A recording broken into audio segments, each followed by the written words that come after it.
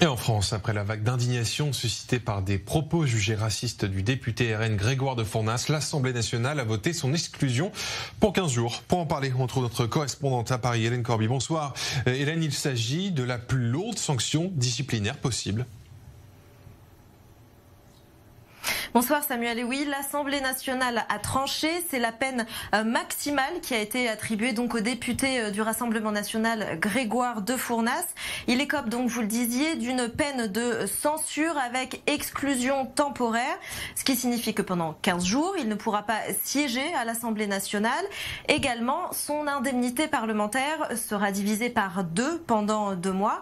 Alors cet après-midi, pendant près de 2 heures, le bureau de l'Assemblée nationale, composé de 22 élus, s'est réuni à écouter la défense du député girondin, les arguments des élus du Rassemblement national et de Marine Le Pen, tous très tendus, semble-t-il. Le bureau de l'Assemblée nationale s'est prononcé à l'unanimité en faveur de cette sanction maximale, une proposition qui a ensuite été validée par un vote au sein de l'hémicycle selon la méthode du debout assis. Et puis sans surprise, bien entendu, seuls les élus du Rassemblement national ont voté contre cette sanction. Grégoire de Fournas, quant à lui, n'était pas présent pour ce vote. La présidente de l'Assemblée nationale a même demandé à ce qu'il quitte immédiatement les murs du Palais Bourbon.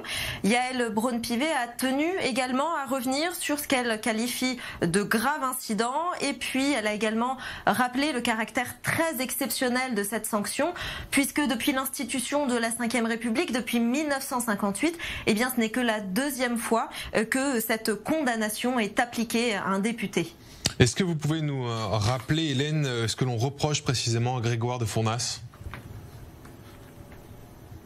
Les propos polémiques ont été tenus donc hier après-midi au sein de l'Assemblée nationale, alors que l'élu de la France Insoumise, Carlos Martins Bilongo, faisait état de la situation dans laquelle se trouve un bateau de SOS Méditerranée qui est bloqué actuellement en mer. Il n'a pas pu accoster sur les côtes italiennes et il transporte actuellement 234 migrants. Lors de ce récit, une voix s'est élevée parmi les élus du Rassemblement national avec cette phrase: qu'il retourne en Afrique, une phrase dont l'oralité ne permet pas de déterminer s'il s'agit du singulier ou du pluriel et qui laisse donc planer le doute. Grégoire de Fournas s'adressait-il au député en lui-même ou faisait-il référence à la situation décrite? C'est en tout cas derrière cette 2e explication que se retranche le député en question qui nie tout propos raciste. Il accuse même le député Carlos Martins Bilongo d'avoir, je cite, senti un coup à jouer dans la victimisation communautaire. Alors, mis à part le Rassemblement national, bien entendu, la quasi-totalité de la classe politique en France s'est indignée que de tels propos aient été tenus par un élu de la République.